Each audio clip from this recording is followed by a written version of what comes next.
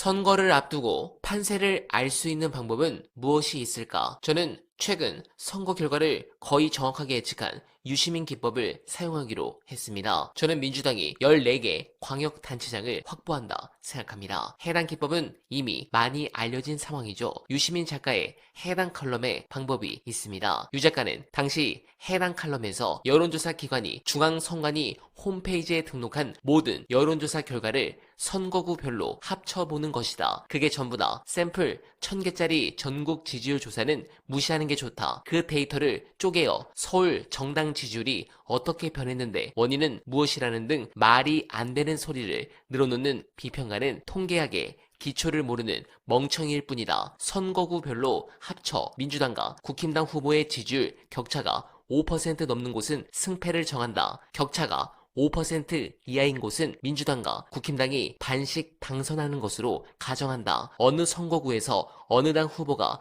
이길지는 모르지만 확률을 50%로 보면 의석수는 크게 틀리지 않는다. 언론사가 여론조사를 아예 하지 않는 선거구는 그 지역에서 강세인 정당 후보의 당선으로 계산한다. 예컨대 여론조사가 하나도 공개되지 않은 경북이나 호남 선거구는 각각 국힘당과 민주당 당선으로 보는 것이다. 나는 4년 전 이런 방식으로 선거 7일 전 범진보 180석이라는 숫자를 얻었다. 라는 방법입니다. 이건 일명 베이지안 추론인데 1위 후보의 당선 확률에 따라 60% 미만은 초경합, 60에서 70% 미만은 경합, 70에서 80% 미만은 경합 우세, 80에서 90% 미만은 우세, 90% 이상은 유력으로 판세를 분류하면 됩니다. 저는 그래서 깜깜이 기간 마지막 여조를 바탕으로 이런 결과를 나온 것을 확인할 수 있었습니다. 물론 광역단체장 선거는 변수가 많아 해당 건은 다를 수 있겠지만 이걸 좀 더 좁혀보면 국힘은 대구, 경북 제외 전 지역을 잃을 것이고 전북은 예측 불가지만 그래도 민주당이 이기지 않을까 생각합니다. 현재 사전 투표율을 생각해보면 민주당이 처음 예상했던 대승은 기대하기 어려울 수 있습니다. 그런 부분에서 혹시라도 본 투표를 기다리는 분들께서는 꼭 투표에 참여해 주시길 부탁드립니다. 이번 선거는 투표율만 높으면 무조건 이깁니다. 관련해 이번 지선이 끝나면 우리 챔프는